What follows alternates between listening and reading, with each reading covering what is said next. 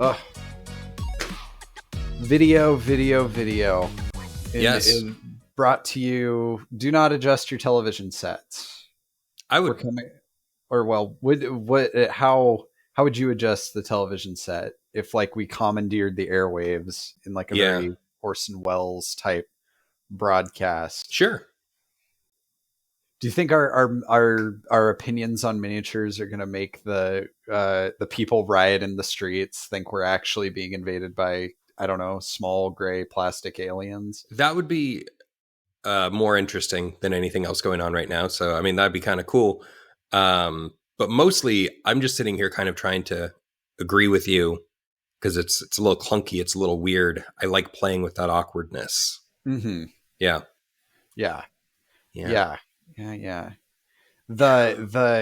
I mean, speaking of like small gray plastic things, if you like small gray plastic things, you're in the right spot. That's true.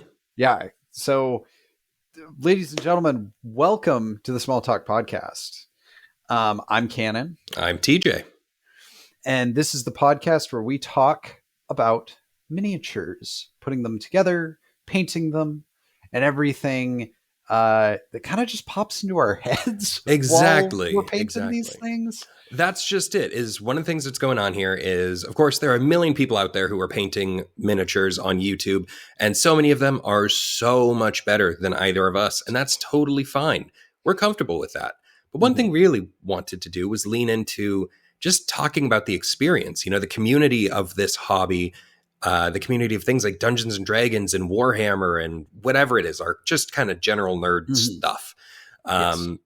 We have lots of people talking about lots of elements of it, but, nothing quite in this lane. So it gives us and you guys who are listening an opportunity to dive a little deeper outside of just the techniques. And really just hone in on like one miniature at a time. Because like my background, I'm from like Warhammer, and I know you are too. And oftentimes we get bogged down in how does this collection of 20 to 80 models look like as a cohesive unit? And that can be a really daunting task for a lot of people. And I think it can be nice to just slow down, take it one mini at a time, and really spend time with each of those miniatures.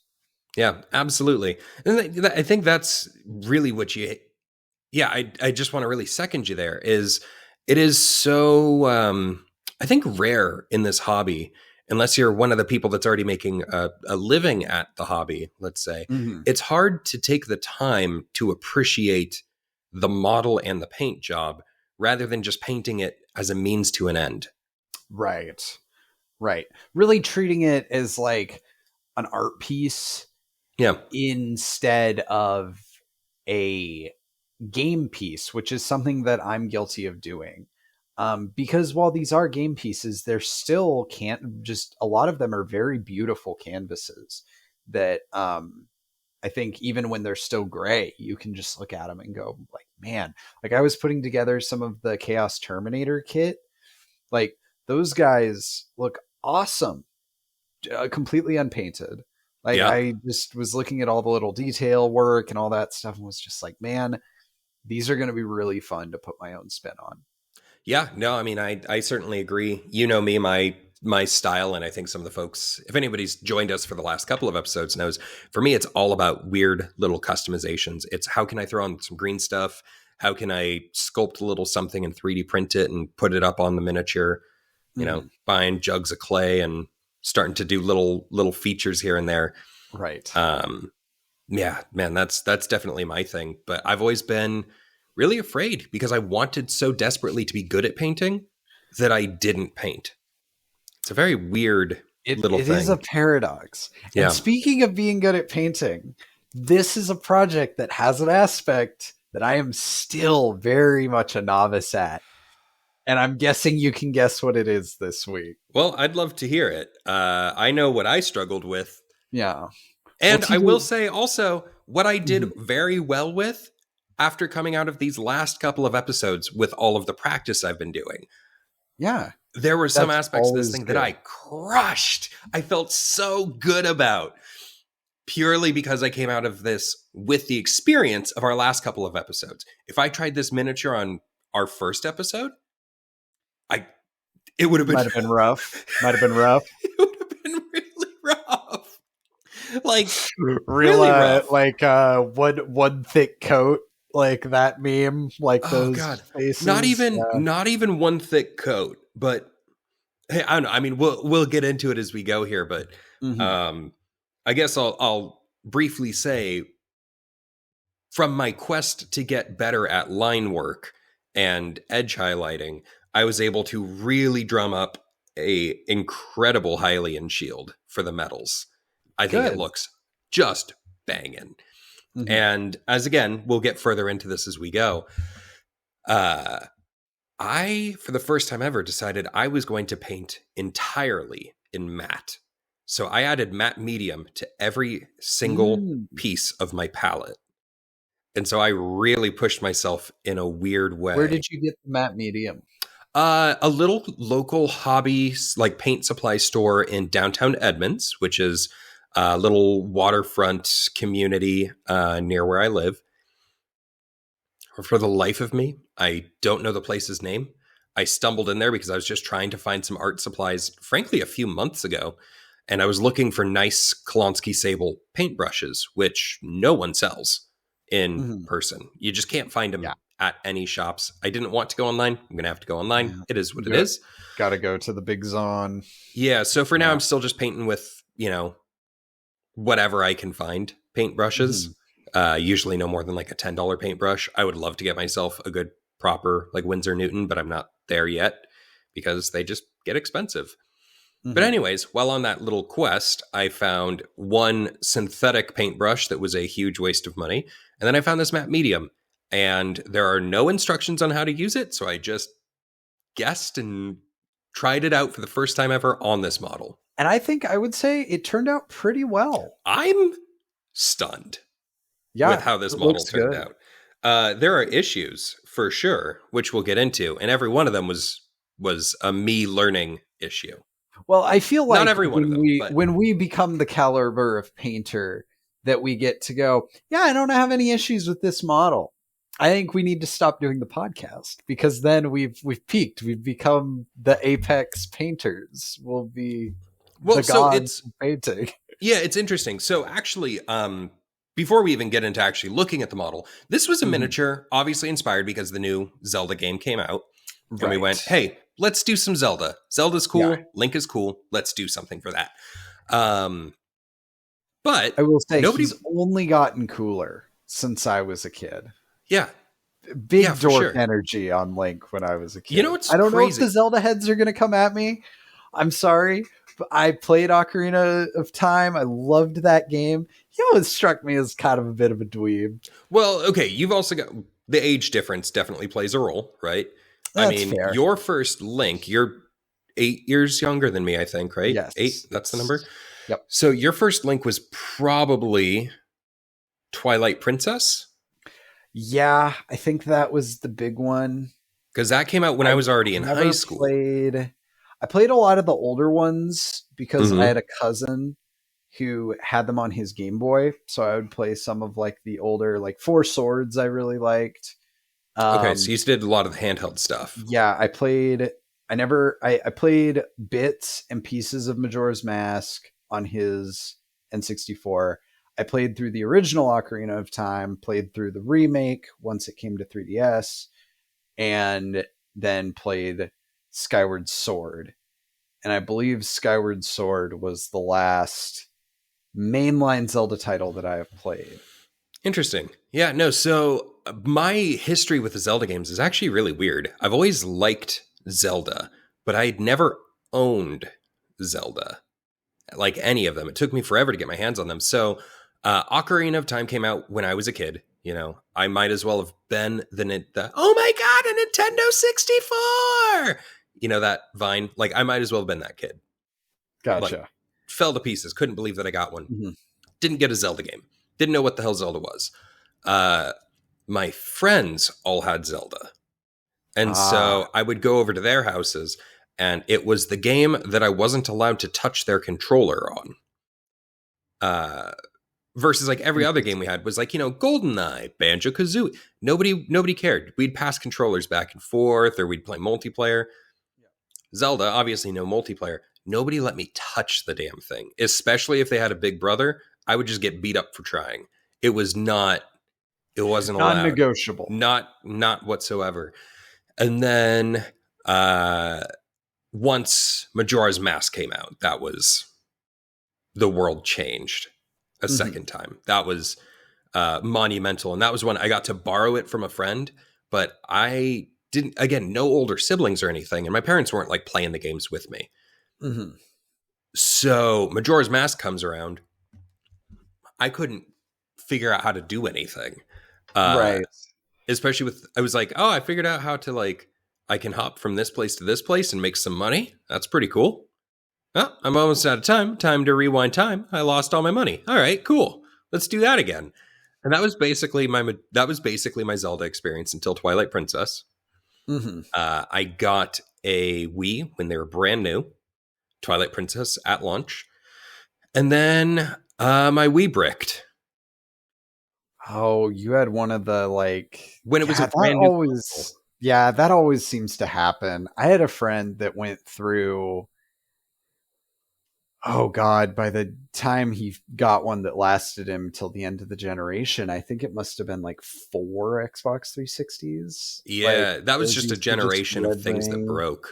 Yeah, just real share consoles. PS3s, to the best of my recollection, held up pretty well.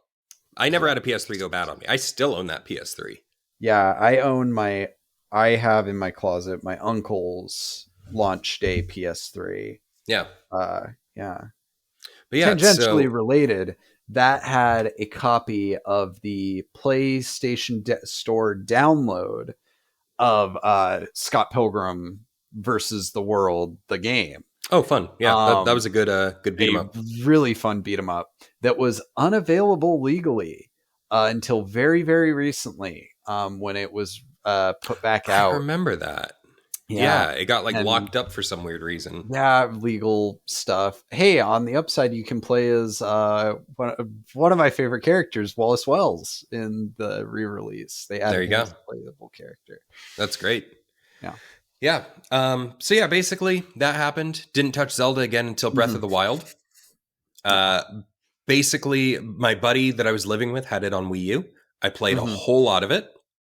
Stopped because I got a Switch. I was one of those psychos that camped out at Best Buy and got a Switch. And I mean, first week or two that they were out, if even that, like brand spanking new. Right. And then I bought Breath of the Wild and started replaying the whole thing all over again.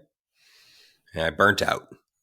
Yeah. And then years later, actually, when you and I were both going to school, is when I finally, for the first time ever, fired it back up and beat it. And it made Breath of the Wild the first Zelda game I've ever beaten. That's a pretty good one to first beat. From what I hear. Yeah, it's a good one. I've not touched the recent ones, and I feel like I'm in the vast, vast minority on that. I would say so. Breath of They're the good. Wild was, I think it kind of day one blew Ocarina of Time out of the water. They're so different that it's challenging for me to deal with, to wrestle with what you just said. There is an argument for it. There are things that I dislike about Breath of the Wild, and there are things that I dislike about Tears of the Kingdom. Whatever it is, I'm playing through it. It's a great game. It's got its issues. Either way, yeah. So that absolutely reignited and sparked everything up for me fresh.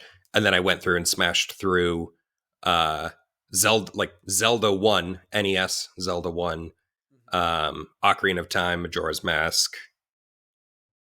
I think that's actually all that I've completely beaten. Oh, and Link's Adventure, which I should say, Link's Adventure was probably the first Zelda game that I put significant time into, which is hilarious because it is, besides that like one or two like weird games that are like, gaming legend and folklore of like, oh yeah, they tried making like a CD-ROM like Flash looking game out of Zelda at one point. And I think they might have done one on like a Virtual Boy.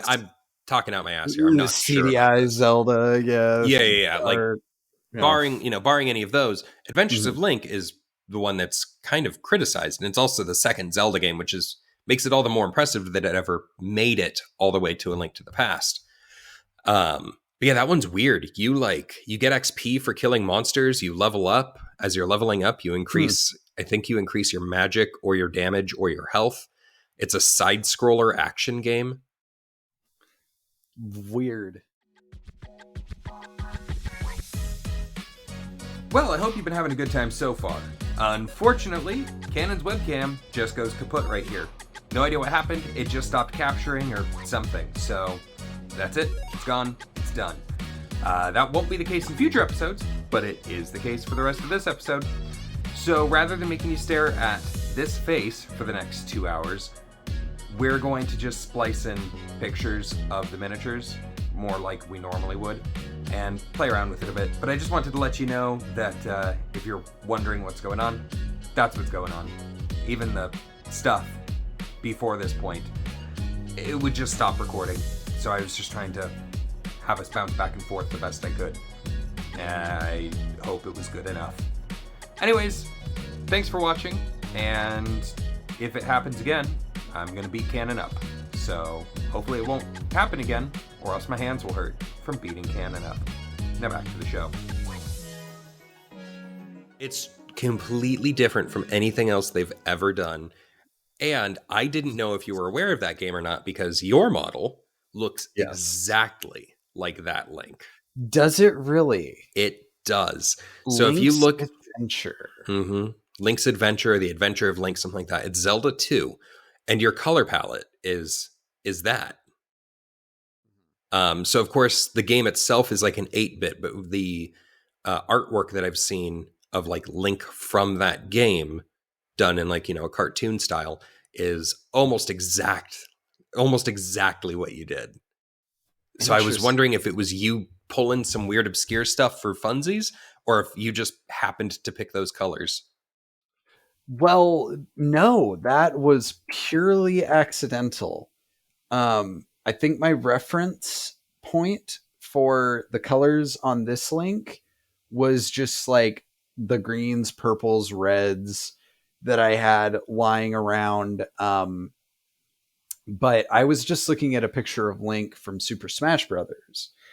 I was never looking at Zelda 2 for inspiration.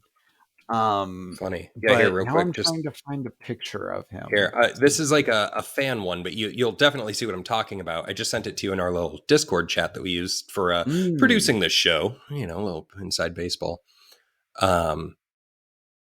Yeah, like I said, I thought that for sure that's what you were referencing, and that one's like a little fan art thing. But they exist out there, and most iterations of Link don't wear pants. And so you chose like the same pants color, the same shirt color and everything. And I really thought that that's what you were going for. Gotcha. No. I just, I gave him kind of, this like black and tan undershirt with tan leggings. Here, I can hold him up, though I don't know how well that will capture on camera. We'll be posting pictures of this to the Instagram and probably splicing them into the episode here too. It's really going to be our first attempt at this. Yes. So bear with us, please. Yeah. As a little transparency for anybody else, like I said, and maybe it's already been cut, but this is kind of our first episode, not just trying out webcam recording for the video, but also trying out my new microphone. Really,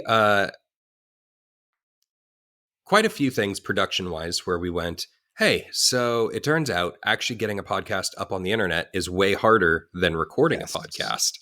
So we recorded a couple thinking like, we're just going to boom, boom, boom, get them out there. And now we are a little bit behind on that. So we're working on trying to get a website, logos, Instagram, everything built right now. So in episode 1, when we already have those things, this will be your timestamp, I guess. Yeah, if you're in the future, like putting together the Small Talk wiki, I don't know. Like, you'll be like, well, we can estimate that the initial batch of, I'm being mean. I shouldn't do that voice for our listeners. I'm sure you're all very lovely people. You're all wonderful folks. Yeah. But yeah, so that's interesting that you bring that up, because I've never played Link's Adventure. And I don't know that I'd seen. It is hilarious to me that he has a cross on his shield, like a big golden cross. Yeah, dude. Like it's very like when Han Solo says "What the hell" that one time in Star Wars. That just opens up. And again, so I'm by no means a Zelda expert, so I'm sure I will say plenty of things wrong in this episode, and I'm sure I've already said some things that are incorrect. So I'll keep adding to that and say, I don't think the Hylian shield was a part of the Legend of Zelda until I want to say that it joined in Link to the Past. I will not be able to fact check you on that. Yeah. I'm not sure either. Yeah, I feel like the first 2 Zelda games, it was a big golden cross. And then, time went on. Yeah. And then they were like, that other design, which is an interesting design. So to kind of get into the model, the shield, this model, who was this sculpted by, TJ? So I need to pull that back up. I made it a point to bookmark it earlier, but I switched computers for this recording.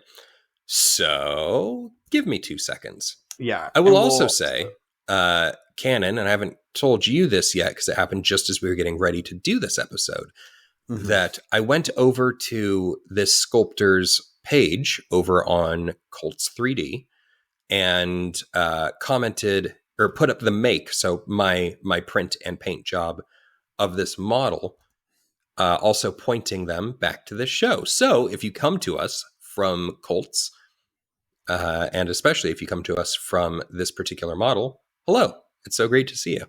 Yeah, we always enjoy interacting with other painters and people that are putting paint to plastic canvas, so to speak, on these really fun projects. Yeah. So real quick, like I said, we got this one from Colts 3D, and the sculptor is Folo, Folo. They've got 7 designs, about 2,000 downloads. 1.2 thousand of them are this model. One other thing that I thought was really cool is that, so I was only the 3rd person to comment on this, but this person actually says, even though this is a free, anyone can use it model, they encourage you to reach out and let him know, or them know. I don't know if it's a him or a her. They ask you to let them know if there are issues or if there are ways to upgrade the model. So I did throw out my little recommendations for things that I might try and figured we'd talk about those here as well. And then if anybody wants, you can also see pictures of my little paint job right there. It's the very first make. And it's already got some likes. Sweet. That's cool. That's really neat, man. Yeah. So why don't you start then? What, because you're obviously more of the print head, yes, than I am. What was your impression with this model? Because you printed out 2 of them. You printed out both of ours. And for whatever it's worth, da-na-na-na. See what I did there? Wrong. Yeah, I did the right game, and then you did the wrong game. Yeah, I did the wrong game. Yeah. Shows what I know. Anyways, so that's my Link. I did him in a very traditional Breath of the Wild pattern. I did make a few choices along the way that make it less accurate, but they were choices that I thought played better for the model overall, because you don't have the advantage of kind of the cohesive space of the video game. Right. Because let's start by, what game is this model inspired by the most, would you say? This is explicitly Breath of the Wild. And if you look at the cover art of Breath of the Wild, it's Link like staring off into the expanse that is the open world of Breath of the Wild. And it's a shot of him from behind. So you don't really get to see much about him, but that is absolutely what this is. It's the same. He's standing on the same rock. It's the same patterns and everything. I believe, and I could be wrong, that in that image, he does not have the Hylian shield or Master Sword yet. You have to find those throughout the game. In fact, the Hylian shield is just a shield in the game, if I recall, whereas the Master Sword is a big quest that you have to do to get it. But yeah, this is absolutely Breath of the Wild Link. Yeah. Gotcha. But yeah, so the image that this one is taken from, like I said, is only a back profile, and it's in a very particular lighting situation. So you almost have to lean on, at least I leaned on kind of what I remembered Link looking like just in the first game. I am playing through Tears, but I didn't like go back and forth and take pictures while I was playing Tears in order to work on the image. Instead, I tried to really heavily just rely on just the box art of my Switch copy of Breath of the Wild. There was one place where I made room for an exception, which was just trying to remember the colors for the Hylian shield and Master Sword, making sure I kind of knew what I was doing. And what was interesting is it really varies from game to game if they went for blue or purple. Yeah. As that primary color.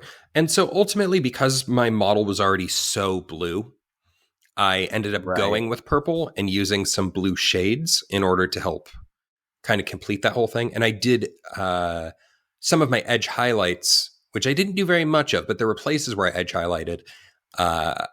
And I highlighted those purples with a violet blue. So it still catches the light and reads as purple, but there's a lot of blue going on there. And I just really wanted to make sure that the shield and the hilt of the Master Sword really stood out as separate from his tunic. They're always poppy parts of Link's visual, cohesion. I feel like they always are very noticeable on him. Yeah.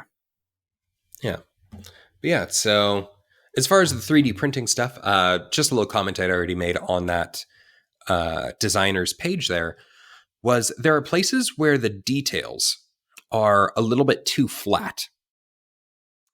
I noticed this with his legs. This really kind of got to me when I was painting his legs. Interesting. So the legs weren't a place where I had the issue.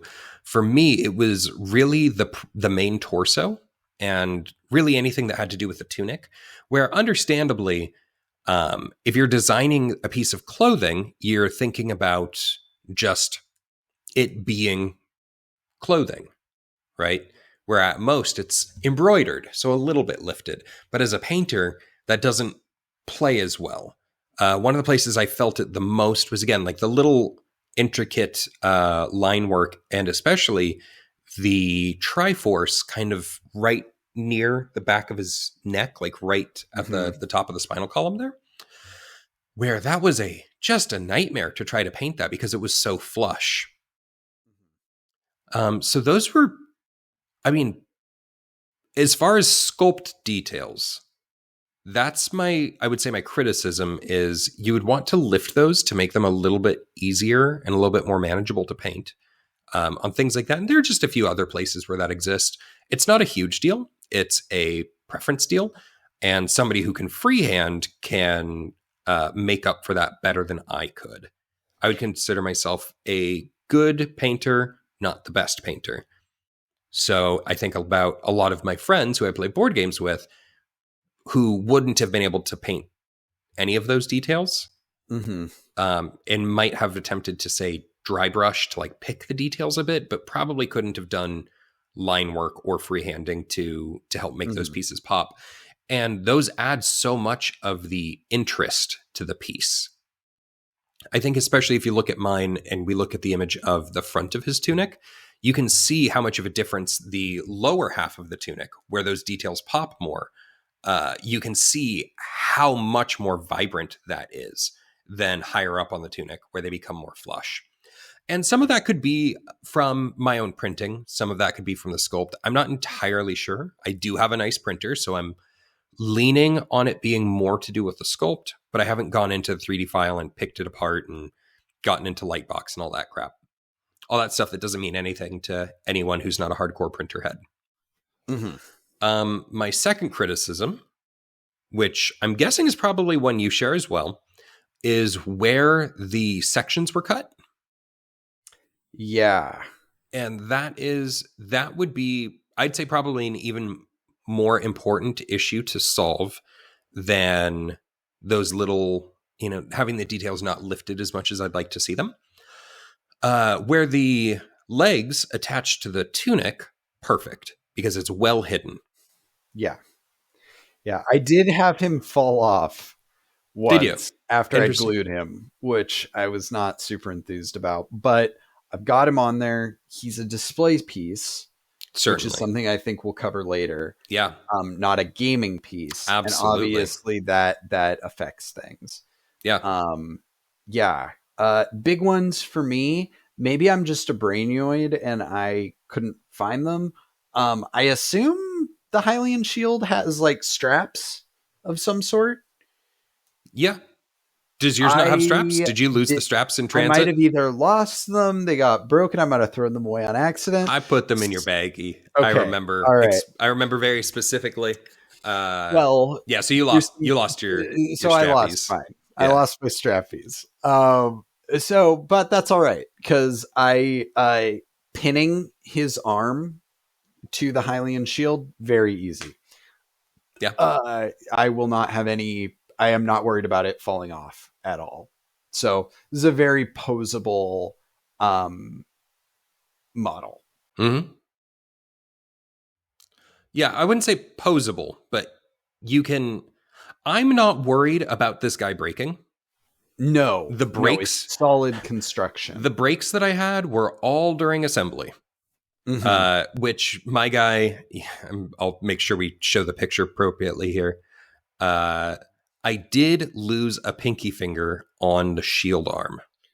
Now, gotcha. Cartoons have trained us to expect 4 fingers rather than 5, so I don't think anyone besides me is noticing unless they're really digging and looking. But yeah, that was the one break that I had. Actually, no, that's the second break that I had. When I was first removing him from the supports, I also lost a lock of hair on his head, so I reprinted that when I went through and did the base. Gotcha. I did also have some sort of wonky stuff with the rock at the back. Yes, that was a printer error. But again, it's a rock. It looks fine.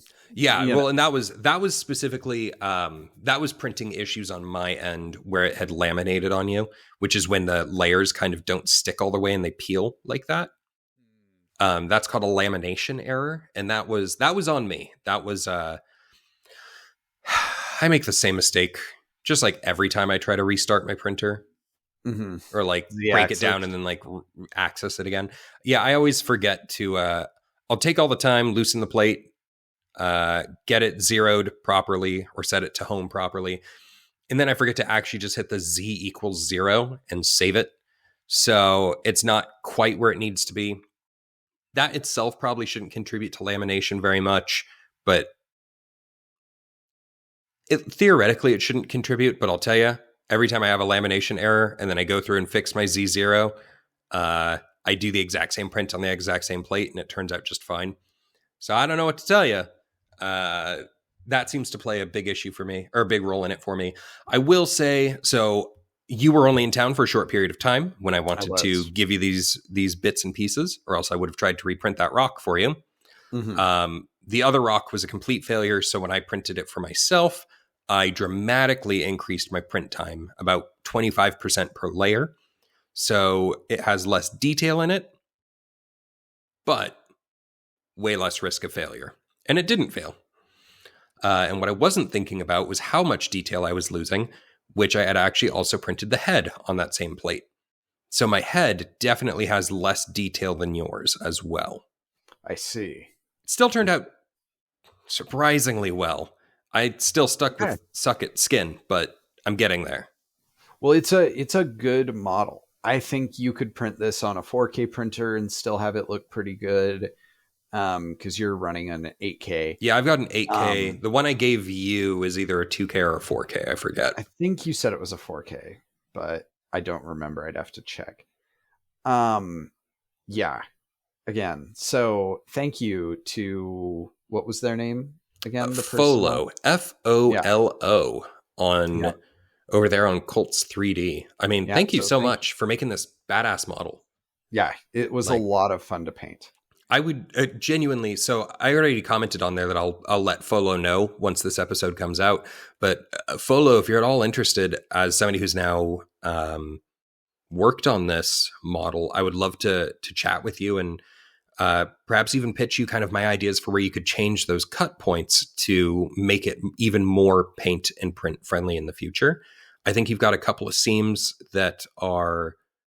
Or I think you have a couple of places on this miniature where you could hide those seams flawlessly, just like you do with the legs to tunic. Yeah, that's a really clever one. Yeah, that's a perfect place to put that. And I will say, Canon, a little tip from me to you. When you go about attaching things like that in the future, because did you paint it? Did you do subassembly or did you? I did subassembly for a majority of the model. Mm-hmm. Once I had all my base coats down, he did get put together and pinned to the rock. Yeah. So what I would recommend is whenever you're going to glue something together after doing some subassembly painting, sand it before you do anything. Take it back down to the resin or the plastic or whatever it is. So that's what I do. And there are no pins anywhere in my model, and it's pretty damn solid. Gotcha. My problem was the peg was too big for the hole. Oh, yeah, that's a common thing with 3D printing. Yeah. Every single place that a joint was connected, I go through and I shave down those pegs before I do anything else, before I even start trying to clean up any other chaff on the model. Mm-hmm. Yeah, I thought I had warned you about that with that Kratos, but maybe I hadn't. Kratos went together pretty well. I still haven't. The Kratos was pretty damn good. Yeah, that is a model that I will definitely be doing like an update on my channel for. He'll probably get the same amount of time as an army showcase video because I have some army showcase videos I'm working on. Yeah, no, that Kratos is definitely a cool one, and yeah, I think that was probably the model. It was probably the only model I've ever printed that I went, oh, this guy knew exactly where to hide all of his seams. Oh yeah, very good, like flawless there. But yeah, again, Folo. It sounds like I really hope it doesn't feel like we're poo-pooing this because. Yes. I mean, goddamn, dude, I had a great time with this. Yeah. There are ways that it could have been made better, but I still had such a good time. Yeah. Yeah. What was probably your favorite? The boots. Part? I loved painting the boots. I really enjoyed painting the boots. And that sounds so silly. Yeah, I don't know why. I enjoyed the boots. I enjoyed really all of the browns, all of the leather that I did. Mm-hmm. Playing with the belt, playing with the bracer. That was all really my favorite stuff. I hate doing... I'm still just not good with people. So doing skin was really hard. And it ends up playing pretty chalky on mine because I don't even know how many layers and attempts I did to make this thing look good. Yeah. I'm a staunch believer in using airbrushes for skin to really get a nice smooth texture. This was the first model I had brush primed in a long time. There is a reason I don't do that. And this model helped reinforce that to my brain. So moving forward, I will still be airbrush priming most of my models. Yeah. Because I brush primed this Link and I still think he looks pretty good. But I think if a more skillful application of my airbrush, I had just gotten quite tired of airbrush after finishing Angron. And I'd also gotten a little sick of skin tones after Angron, Sure. because I painted him with human skin tones. And that is a very difficult tone to rein in. My Link is pretty ruddy. He's got like a nice warm complexion. Very warm. I just briefly, I think it's so interesting that even green can really be a warm or a cold color, right? Uh-huh. I thought it was so interesting that you and I went the two different directions, where mine is a lot of very cool colors and yours is very warm. Yes. And then yours is very glossy and mine is very matte. And I want to talk more about, remind me to come back to it later. I want to talk about some of the matte techniques that I like. Yeah, I'm excited to hear how you did that. I taught myself something new that I've never seen in a video before. I came up with it and it rocked. I can't wait to talk about it. I'm excited to hear about it. Is there any other part of this before we get into the actual painting that we want to discuss? So getting into we're talking the sculpt right now, correct? Yeah, we're just talking like the sculpting process, the printing process, like how did this clean up? All that kind of, before the canvas is ready to be painted, getting it set up. Yeah, I mean, so anytime you're talking about a 3D printed model, it's tricky, right? Because a lot of it's going to be, how did you do at printing it? Which I'm not a good printer. There are YouTubers out there that blow I me out of the nodded water. like I was agreeing with that. That's not what I meant. No, I think you're fine at it. What do you mean? Like, I'm okay, but like there are people who like understand what's going on in a way that I don't. That's fair. So they'll dial in their settings to a crazy level. All I do is I go stock standard, and then I go, okay, these are the defaults that people smarter than me figured out. Now I'll just fine tune my layer time by like however many, like by like within a second or so range, to be like, oh, what's it kind of feel like for my printer, my climate? There are people out there who can get insane results that look better than mine because they know what they're doing and get into it more. For me, the printer is a means to an end. For a lot of other people, the printer itself is the hobby. Right. And then they'd maybe give it to a friend whose painting is the hobby. And then, yes. Yeah, we're kind of doing an all-in-one, so our attention is split. Yeah. Well, and that's I think if anybody's ever thinking about getting into printing, just understand it's damned hard to get good at printing. Yeah. It is not a set it and forget it thing at all. And I was not prepared for that. I thought I was buying something like an inkjet printer where I hit print and then it gives me a model at the end. Right. Nope. I was really wrong. But at least you enjoy that process. Yes. Yeah, I've gotten to the point where I really enjoy it. And especially for me, I like getting in there and doing digital kit bashing. That's where my 3D printing fun really happens. I'm surprised you didn't do any digital kit bashes for this. No, because Link has so many varied looks, right, throughout the ages that, like, yeah, I wanted to, especially. So we didn't talk about our paint schemes beforehand at all. In fact, we never have on any of the episodes, and I think it's more fun that way. This is one where I assumed you were going to go off the box art the same way that I did. So I thought it was going to be really interesting to see how close our models looked and like really compare them that way. And then it didn't happen. I was like, oh, it's also really interesting. But yeah, so I didn't want to give myself anything that I didn't give you, or vice versa. I wanted us to really have the same model. And up to this point, we've been using the exact same model every time. I believe in the next couple of episodes, we have some guys set up here that will not be exactly the same models. Technically different, maybe? Yeah, I think there are some technical differences. Yeah, I know that we've got it's not like a crazy spoiler or anything. Mm-hmm. In the future, we're planning on doing that plane, which that's the same thing. Yes, I think those are mirrored. Yeah. But then we've got some Minotaurs that have different weapon sets. We've got some, weird kit bashed make-believe gaunts so that we found. Excited for that. Y'all are going to love watching TJ suffer through that episode. Well, he's not here for it.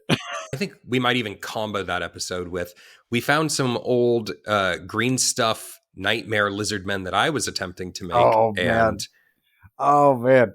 You'll get to see some of my ideas. We got to talk about each. You think they're each their own? I don't know if I have 2 hours to say 4 about the hour gaunt episodes. Keep it in and double it. I don't think I have 2 hours of things to say about that gaunt at all.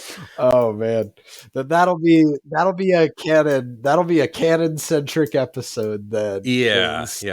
But hey, I mean, whether you're Folo or anybody else, if you think my criticisms are harsh about model sculpts, you'll also get to hear me rip apart my own attempt pretty soon. Yes, which will be fun. Yeah, I got ahead of myself with old crappy sculpts and COVID lockdowns. Yes. So I was bored and trying to do anything.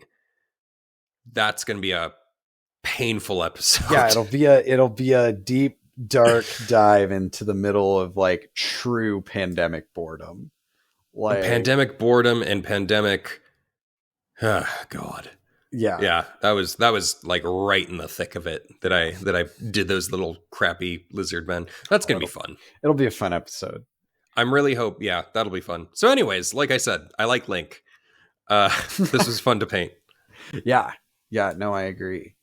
So, well, if you want to begin, walk us through how you painted Link. Like, what did you do when you sat down with him finally ready to go? So the first thing I did was, especially knowing that the rock base that you and I both had, yours had so many errors. My first one wasn't even actually usable. It printed maybe a quarter of the rock.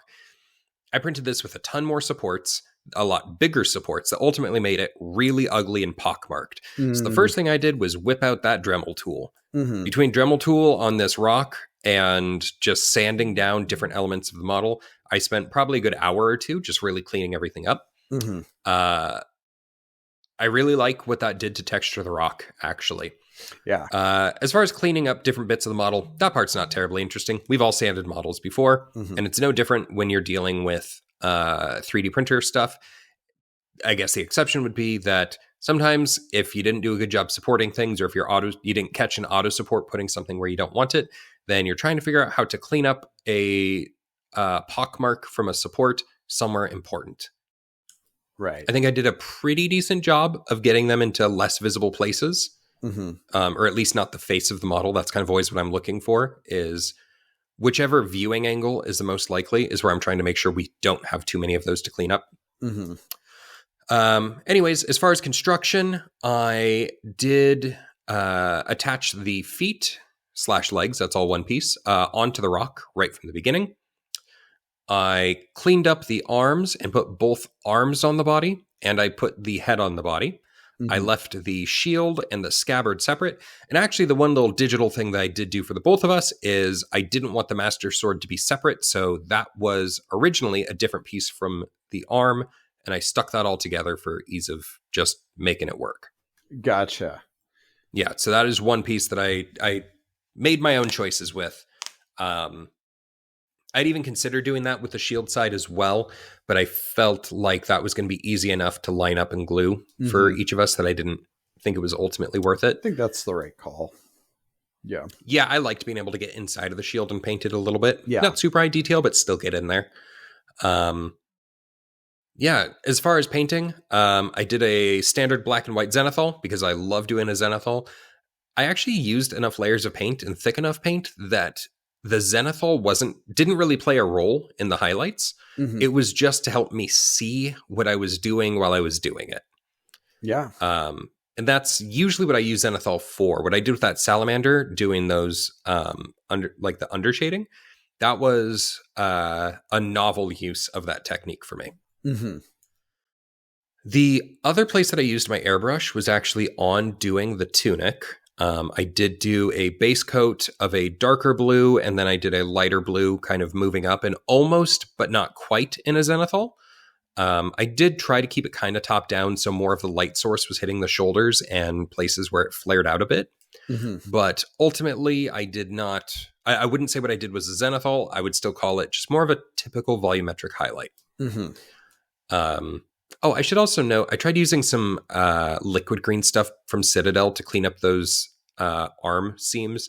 One side worked better than the other. I tried it a little bit in the head. Didn't work at all. For whatever any of that's worth.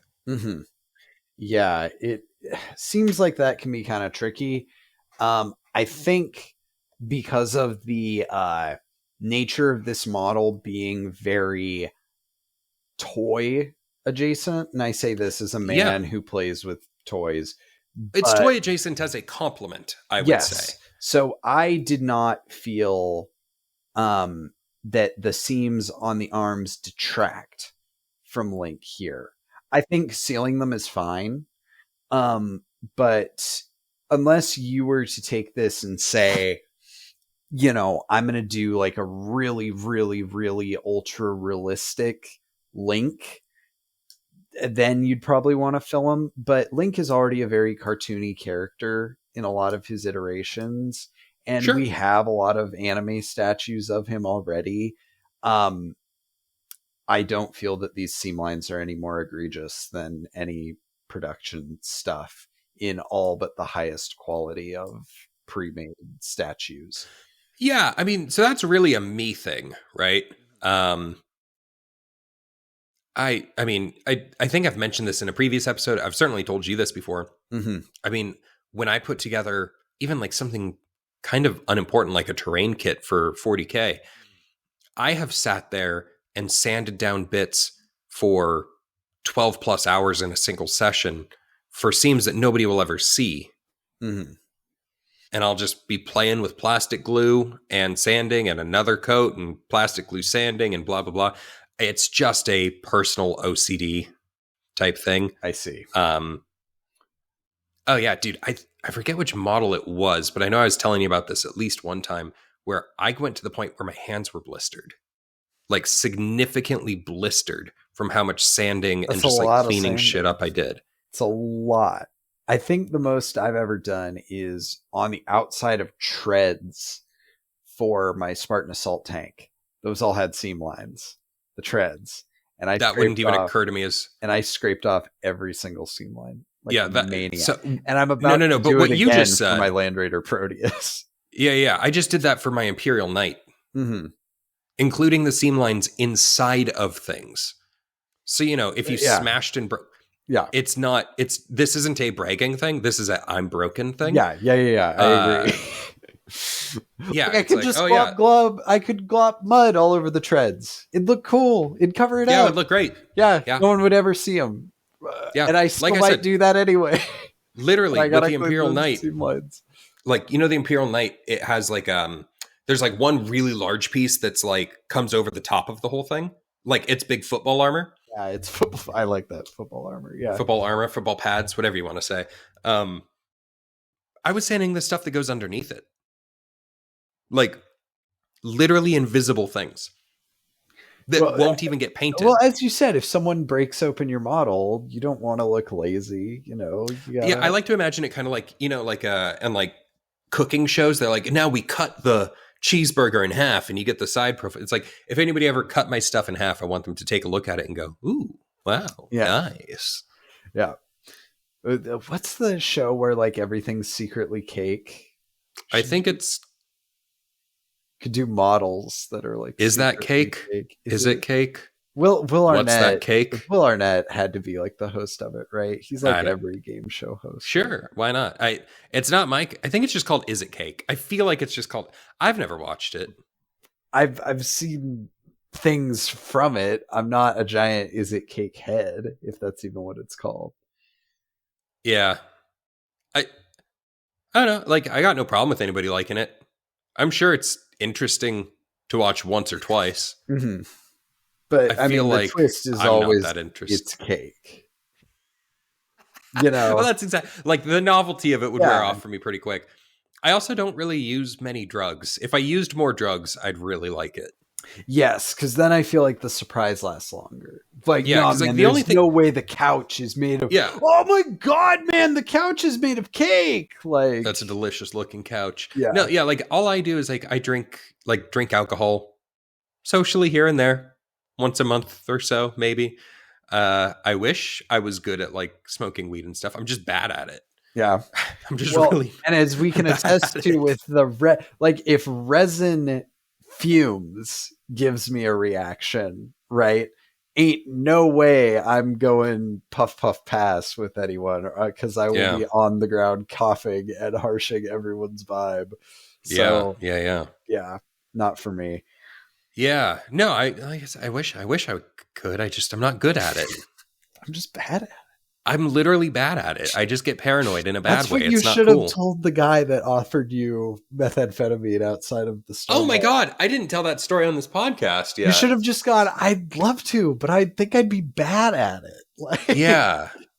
I don't want to go too into detail in the story, but I'm just sitting outside of my local Starbucks trying to read a book. Like get a little sunshine, read a book. Maybe I was even working, like work laptop. I work from home. It's great.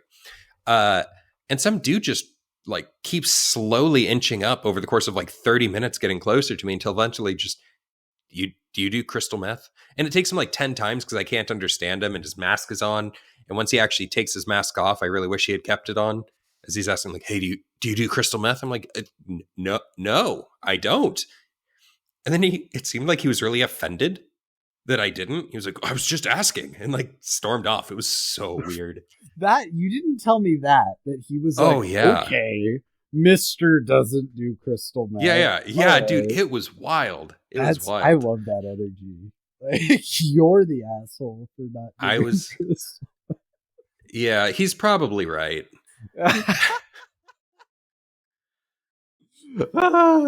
Yeah. I mean, well, I will say, bit of a segue into a part of this model that it's one of the better times I've done it. It's hard to do faces without making them look like they're on something. This is the best face I've ever done, and it's not anywhere near great. No, but it's the best same here. I should have airbrushed. I didn't airbrush. I should have airbrushed. It's the best eyes I've ever done. The eyes on my Link are striking. Yes. Yeah. It's hard to get a picture of too, and we'll definitely try to get better pictures of like the eyes when we put them on the Instagram. But like, yeah, man, I was doing weirdo shit. Like I was snapping like toothpicks in half and getting like splinters and like dipping splinters in paint and like dabbing. I was doing weirdo shit to try to get these on.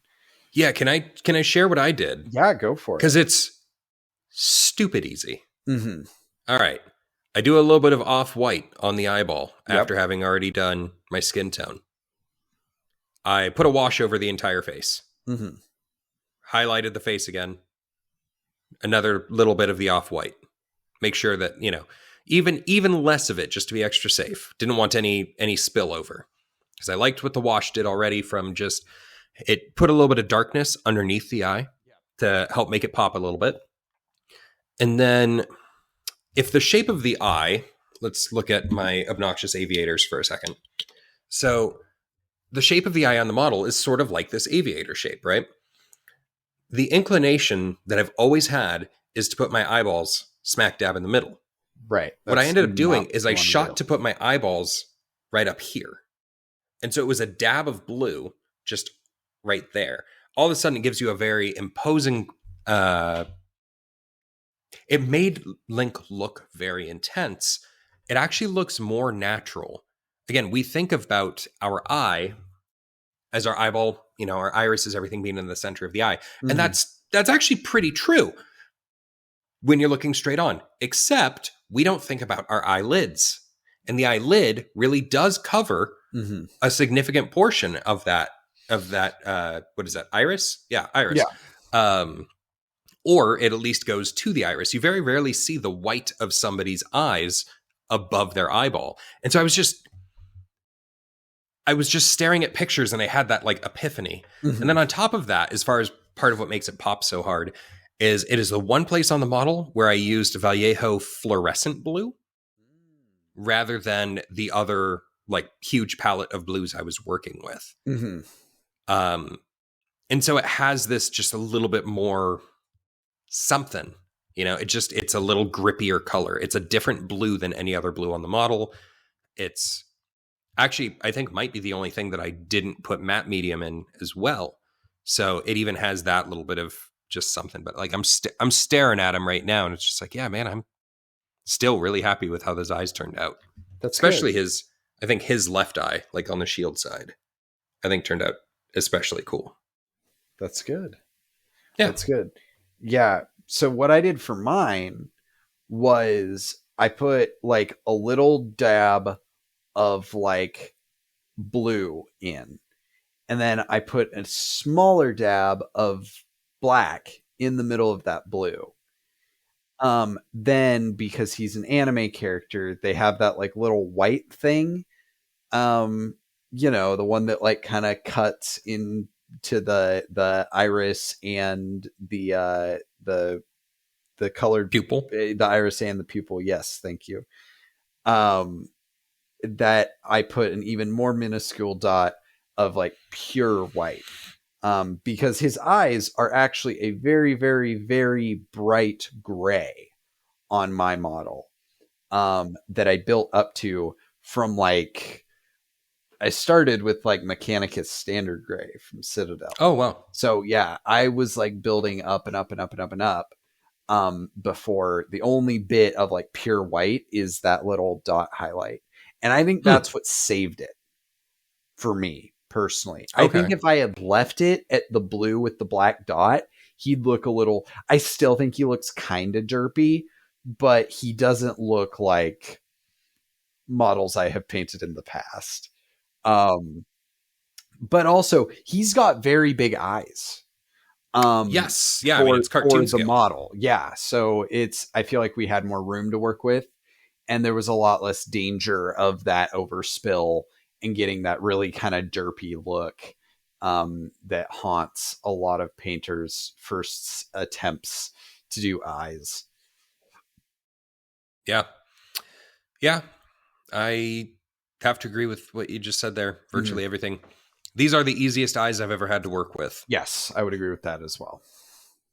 Outside of like, Space Marine helmet eyes. Like those are whatever. Nobody cares. Yeah, no. Like you can, for the most part, you can paint them white, ink them, and you're good. But yeah, I guess I was just really happy. I'm sitting here staring at the model even right now, and I just feel like my Link looks like he is staring at Ganon right now. Like there is a like truly sinister tone, like something happening here. I even managed to get a little bit of color on the lips, which I was so happy with. Yeah, highlighting lips is always a good way to bring more, especially since you went colder with your tones, bring some warmth back into the model's skin. Yeah. Yeah. For my skin, I used mostly P3 paints. And I started with a very deep layer of Kardak flesh, which is a very like ruddy, warm skin tone. Gave it a couple layers of that. Then built up with Midland flesh, which is a less like brown red, more of a pink skin tone. And then I did some highlights with probably my favorite paint I'm using right now, Menoth White Base. I use it for skin. I use it for bones. I use it for cloth. It's just like the most versatile, like creamy off-white I can think of that I've ever used. And I used that for some highlights, and then I went over it with some Crusader skin contrast from the Army Painter, and that kind of brought everything back in line, toned down the skin highlights, and gave everything a more uniform appearance for his hands and his face. Sure. Yeah. Yeah, I used a few different flesh tones that were part of the Army Painter line. I'm in a completely different section of my apartment than my paints. I'd have to go exploring to give you names. Sorry. Too much energy drink. Canon already knows this. Anybody who's now getting to watch us for the first time, you'll notice that I had a 30-ounce coffee and I'm working on an energy drink right now. I have a horrible caffeine addiction. Yeah, you are wired at all times. You have to be. You never know. If you don't do look, I don't do crystal meth. Yeah. So I need Rockstar. Yeah, something. You need something. Yeah. But yeah, so I went through, I think I really had 2 different tones that I kind of started with the darker one, built it up through a little 50-50 mix, went to the highest one. Eventually I tried bringing out this like, I think it was called like Elven Flesh or something. And it was so yellowy that it really messed up the paint job. Where if I had used that the whole time, I think I could have made that a very interesting color for his skin. It might have even been a little more accurate to what he looks like in the game, like in the actual video game. But man, it made it look like he was wearing really intense like makeup almost. Like if you've seen somebody who puts on way too much foundation, it suddenly looked like that. It was very makeup-y and caked on. Kind of panicked, tried to bring everything back down, really played with my washes and shades and stuff just to try to bring it down into something a little bit more reasonable again. So it was weird. I built up the highlights way too far and had to bring them back down. Like I said, I do regret that parts of this got a little chalkier than I wanted them to be. Mm-hmm. And I could probably do better in the future. Also, you've heard me complain about this before, but a lot of the Army Painter stuff, it's like there's too much medium in there when you get a new bottle. Yeah. And it's pretty separated. And on top of me using shaker balls and a really powerful vortex mixer, I still end up just squeezing out tons and tons and tons and tons of medium that, you know, it's so much medium that I'm not getting enough pigments to work with. And then I eventually get something with pigments and then it's not thin at all. Like it just isn't getting the medium. Luckily, I was adding my own matte medium to virtually everything. Mm-hmm. But yeah, so I was just having a hard time working with those colors. That and my, what was it? There was one other color that I was getting really bad results from. I think it was like a turquoise blue that I couldn't get to work well. So while I used it in a few places, I ended up abandoning it on the palette and just letting it die. Gotcha. Yeah. There was a few places where, yeah, I really thought I was going to work more turquoise in there. And then I just liked how vibrant the blues I was working with already were and let it be. This does bring me to, actually, what I was mentioning with the matte medium. I've never seen anyone say this, to do this before. I don't know that. I don't know what else to say. I fell in love with it on a, kind of a wild hair. So the very first wash that I did on the face, I just did a, standard wash. And this was one of the Army Painter ones. And I think I did it on the face and on the boots and actually in the hair as well. So it was like a brown wash. And all of a sudden, this model that I've been working with forever to keep nice and matte was just the glossiest glossy thing you've ever seen, to the point where it was like sticky to the touch glossy. I hated what it did to my model. Mm-hmm. And then I just started adding a bunch of matte medium to the washes, which I've never seen somebody do before. Never heard anyone doing it. I'm sure people have done it, but I've never seen a video on it. But I just gave it a shot. Mm-hmm. And my God, I fell in love with it immediately. I normally don't use very many washes basically ever when I paint. This is my new favorite technique. Mm-hmm. I'm talking, I think I coated every piece of this model with a wash with about a 50-50 mix of wash to medium by the end, where I was doing blacks, browns, blues. Completely transformed the way I look at painting. And it was still pretty It looked thick and dried thin. Interesting. And I mean, just coated this sucker with the different colors based on where I was in the model. Mm-hmm. And I mean, I just could not be any happier. It was so freaking cool. The only thing that I would note is, oftentimes when I'm painting, I'll bring out the hairdryer to like speed something along. Yeah. And I didn't do that when I was working with this, just because I didn't want to like push it into the wrong areas, because it was thicker than like an ink or a wash, thinner than a paint. I wanted to let it do its own thing. But yeah, I mean, never lost any details off of it. It did a great job of helping pick out those details. Yeah, man, I just fell in love with it. Yeah, and it just killed the shine. It took away things that were shiny and put a matte over them. I couldn't be happier. I'm going to be using that probably in virtually every paint job for the rest of my life. I mean, fell that in love with the results. I will have to try this out because I that's an awesome discovery. And I love contrast paints and washes. So if there's a way I can make them not shiny without having to use matte varnishes over everything, that would be awesome. Yeah, I will still end up hitting this with a matte varnish at the very end, somewhere over the next day or two, just because I need to set up my airbrush stuff again. Because I like what happened enough that I want to lock it in and keep it safe. I'll probably come back and do like one last round of highlights on the hair. And what I realized once I sent the pictures to you is the backside of his scabbard. I was so excited to be like, I'm almost done with my paint job. I've been painting all day. My arthritis hurts. I just want to be done. And so I was like, cool. And then you won't even see the whole backside of the scabbard. And it's like, well, no, you actually still see a whole lot of the backside of the scabbard. Gotcha. So there are places that don't have the yellow that should. So I need to go back and touch those before I call it quits.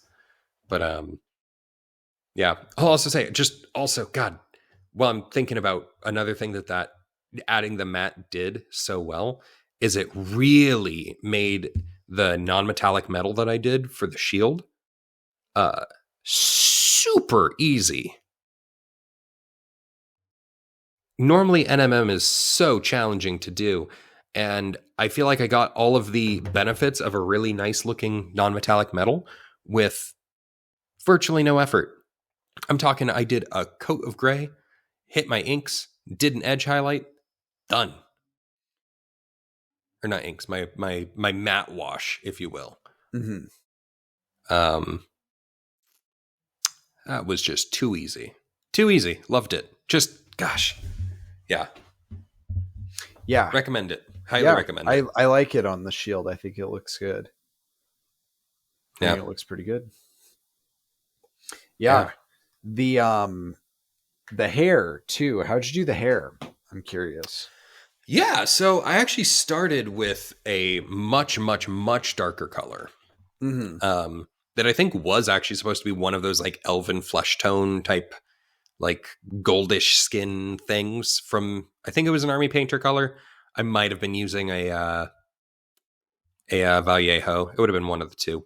But started off there. Eventually I put down that really, really shiny wash that I wasn't super thrilled with. And I just started building up over the top of it with it's a yellow, like a golden yellow from Vallejo. And I just kind of slowly kept building it up over time. I think the very last little edges of it, I intended to move over to an even more true yellow from Citadel, less gold, more just yellow. And I just didn't end up needing to. I mean, it was basically kind of an orangey, yellowish, browny thing with some brown ink or wash, whatever you want to call it, into just a yellow buildup over time. Coats and coats. I see. Really working the edge of the paintbrush as well. Yeah, this was every once in a while I'll work on a project that makes me kind of realize I need to get some new detail brushes. And this was one of them. Because my go-to detail brush has been through the ringer and it's pretty cheap. So I might be in a similar boat to you of going to Big Zon and ponying up for some new sable brushes, because I did foolishly get some when I was very young, very, very young, like 3 years ago, and was starting to paint, and I'd heard people talk about sable brushes, and I got some and I immediately fucked them up. Don't do that. They're very nice. They're very expensive. Don't get nice brushes and fuck them up. Just destroy synthetic ones before you're sure that you're ready to go on to nice stuff. That's like the first airbrush I got. My uncle got me a nice airbrush and I destroyed that thing so fast. And I still feel bad about that. Yeah, I've got a real piece of garbage airbrush right now.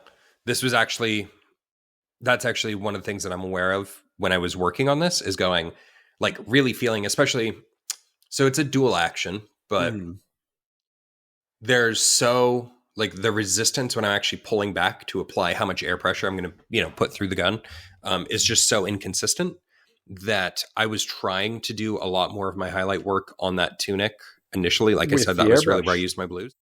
And I had so very little control, where there were times where I was controlling it perfectly, and then other times where I went, God damn it. Yep. This piece of crap build quality $12 airbrush is causing issues. Yeah. Yep. Yeah, that'll happen. And I think the best way to kind of get to that point is, like, when you realize you want to start doing stuff like that, you need quality tools. And it is true that, like, crappy craftsmen blame their tools. You can do a lot with really crappy paintbrushes and airbrushes. And I have.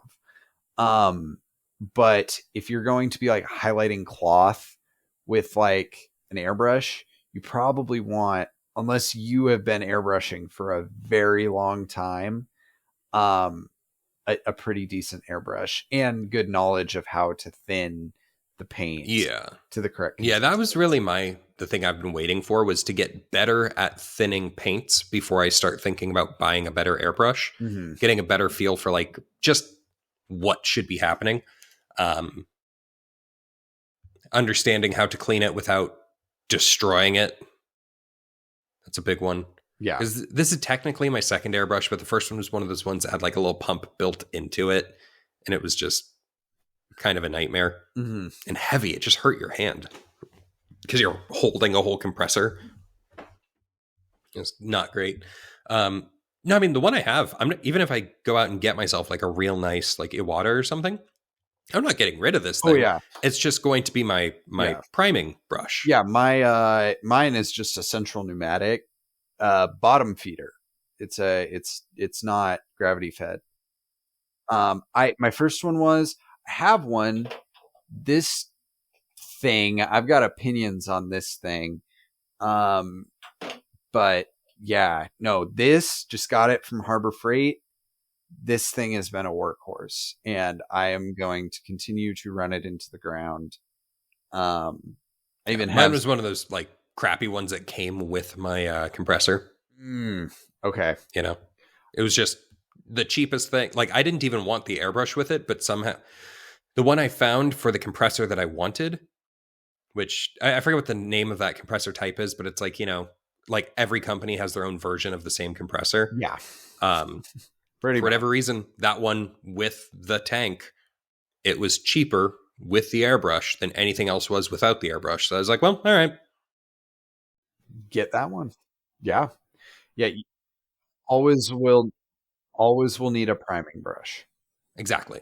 That's not the brush I would ever use for competing and trying to go win a prize at a Golden Demon or something. Not that I ever would even try, but it's not what I would ever use for intense detail work, for just pushing some paint through. Or I'll tell you too, especially, we're just talking about putting down some resin and putting some enamel on these things to lock in your paint. I'd prefer a cheap paintbrush for that. Yeah, I think so. So that guy will not get thrown away. It just won't serve the same purposes as a nice Iwata CS or whatever. Yeah. Yeah, those are like detail airbrush. It's the difference between your detail brushes and your not as detailed brushes. Absolutely. I'm curious, brush-wise, what did you end up using? I only used 2 brushes. I used a couple brushes. I used a 3.0 from Top Notch. This thing has a pretty fine point that has been destroyed at this point. But I also used, and this one is very interesting. This is from my makeup brush kit that I use for dry brushing. Mm-hmm. And it has a very thin, I don't know what this is for like makeup. If you're a makeup person, my sister is a giant makeup head. I'm sure she could tell me, but it has nice stubby bristles. It holds a good amount of paint, and it was really good for getting the belts on him. I really liked that. And then I used kind of a flat head for his washes, as well as some of his like hair and stuff. I have separate brushes I use for metallics, just because metallics are rougher on your brushes generally. Yeah. You used metallics on yours, didn't you? I did on the shield, his van brace, and the Master Sword's blade. And the scabbard is technically all metallic as well. I used Zealot Yellow from the Army Painter, one of their contrasts.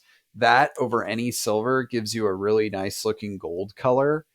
Oh, I was wondering what you did there. Yeah, and then I used the very deep Hive Dweller purple from Army Painter on the Master Shield, the Master Sword, or Hylian Shield. Yeah, Hylian Shield. I was about to say. Master Sword, Hylian Shield. Yeah, and Master Sword hilt, as well as the Master Sword's scabbard, which got a heaping helping of Hive Dweller purple over it. And that one is so dark that you don't really see the metallic, which I liked for the scabbard, at least. I thought that was really good.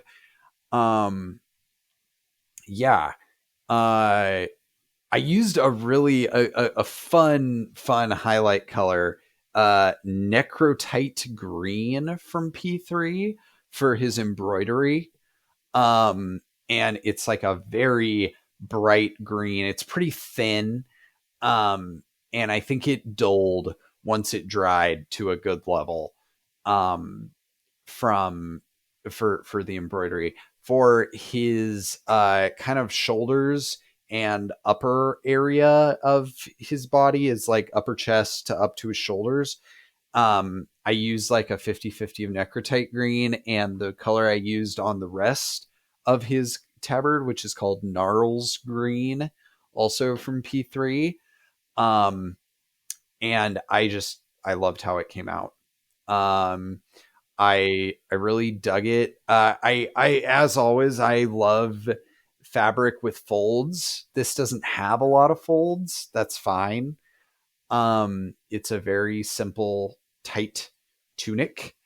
And then because we did them differently, how did you do his like leggings and like arm wrappings? Yeah, so those guys they started all the same. I just left one of them behind and kept highlighting on the other.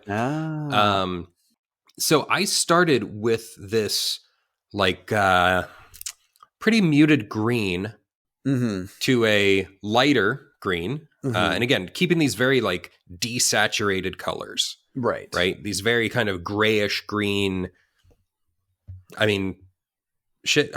Realistically, the green that you see in that arm wrap, that is, I think the second, that would have been the second of the colors, after also throwing a wash down on it to get that, like I said, that cool matte wash thing that I was trying out.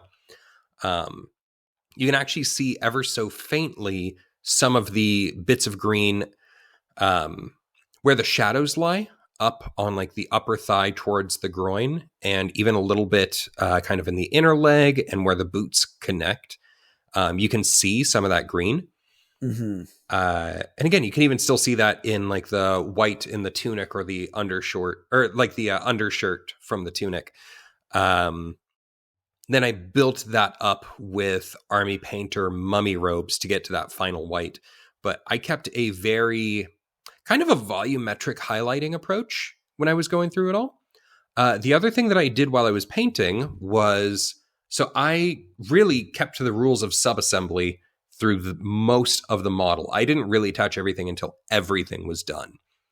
So that included the torso to the legs, where I kept painting, and what I would do is I'd very loosely set it on there, hold my model like so, and then I would do my highlighting accordingly. So I was hitting the highlights just where it wasn't being covered by the tunic. So the shadows have a little extra oomph to them because I knew where the shadows were going to hit. That's smart. Yeah, it came out really well. And again, so there's actually a lot of green in that white that is hard to see unless you really, zoom in and investigate, but it's there and adds to a lot of the coolness. But yeah, the more vibrant green, again, that's a base coat of one green and then highlighted up with another, just very desaturated, chock full of that matte medium, and then a wash with that matte, the matte wash. Again, it was really surprisingly not.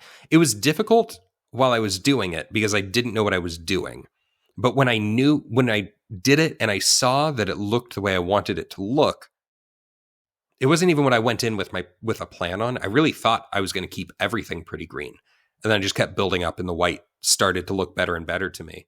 But I didn't have white on my palette until I was almost done with the entire paint job. Yeah, and that's, I think, usually wise, because white is a color, and I say this as a guy who will have two like armor-clad armies with white armor, but like it's a color you really have to use in either sparing detail, or you have to use different shades of it.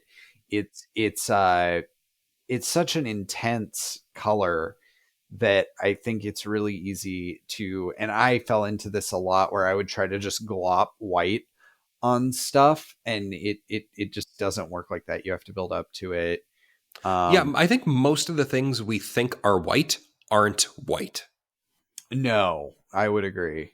Yeah, like as I said, the only true white on this model that I did was a light dry brushing on the rocks and that little dot on Link's eye.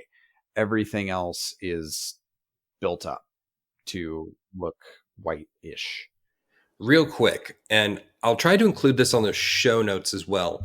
I don't remember the name of it, but there was actually a third green tone that I used. It was like a yellow-green, weird, whitish, yellowish, greenish thing. Again, really all the greens that I used are very like necrotic greens. Yeah. But they didn't play as that on this model because of all the other things that were going on. But this other one, I feel like it's a less known company. It was one that I happened to find at like one of the random game stores around here, and I gave it a shot. And when I actually put it on a palette, it was way greener than I wanted, thinking that I was just buying like an off-white. But then I used it here really effectively. For the life of me, I don't know what it's called, but I want to try to make sure that I throw it into the show. Yeah, we can do that. We can do a quick cut. Yep.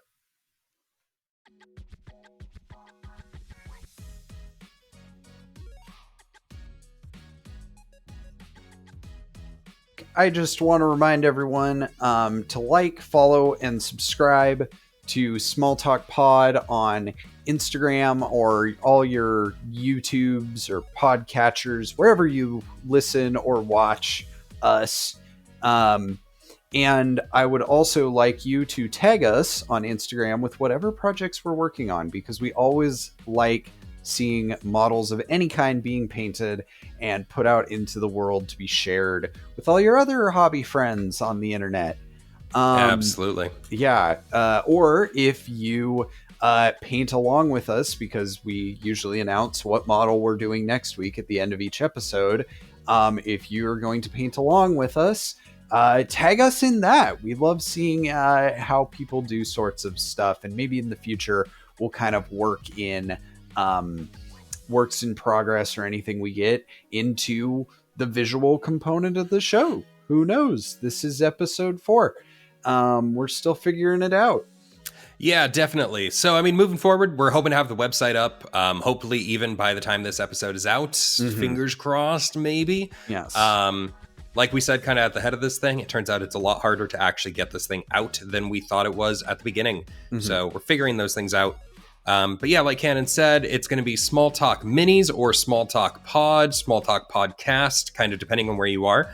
But don't worry, we're going to make sure that the show notes always have appropriate links also built in. And we're going to try to keep that stuff as homogenized as possible so you don't have to sit there and go, is it Small Talk? Which one is it again? Yes. Depending on where I am. You won't get into the sticky notes of doom like me. Yes. Where your whole life is written on sticky notes and you're constantly scrabbling to find the sticky note with the right thing on it. Yes. Yeah. Kind of broadly, the way we're planning on doing this whole thing is this is the Small Talk Podcast brought to you by Small Talk Miniatures, which who knows what that ever actually means. We'll see. But yeah, you'll always be able to find us through one of those two names. And finally, please email or DM us with any models that you think you would like to see painted on the podcast. We're always looking for suggestions. We do try to plan our episodes out, at least as far as what models we're going to be painting for each one, pretty well in advance, but we're always looking for suggestions. Yeah, absolutely. And with all of that said, do you want to get back to the show? Yeah, let's get back to the show.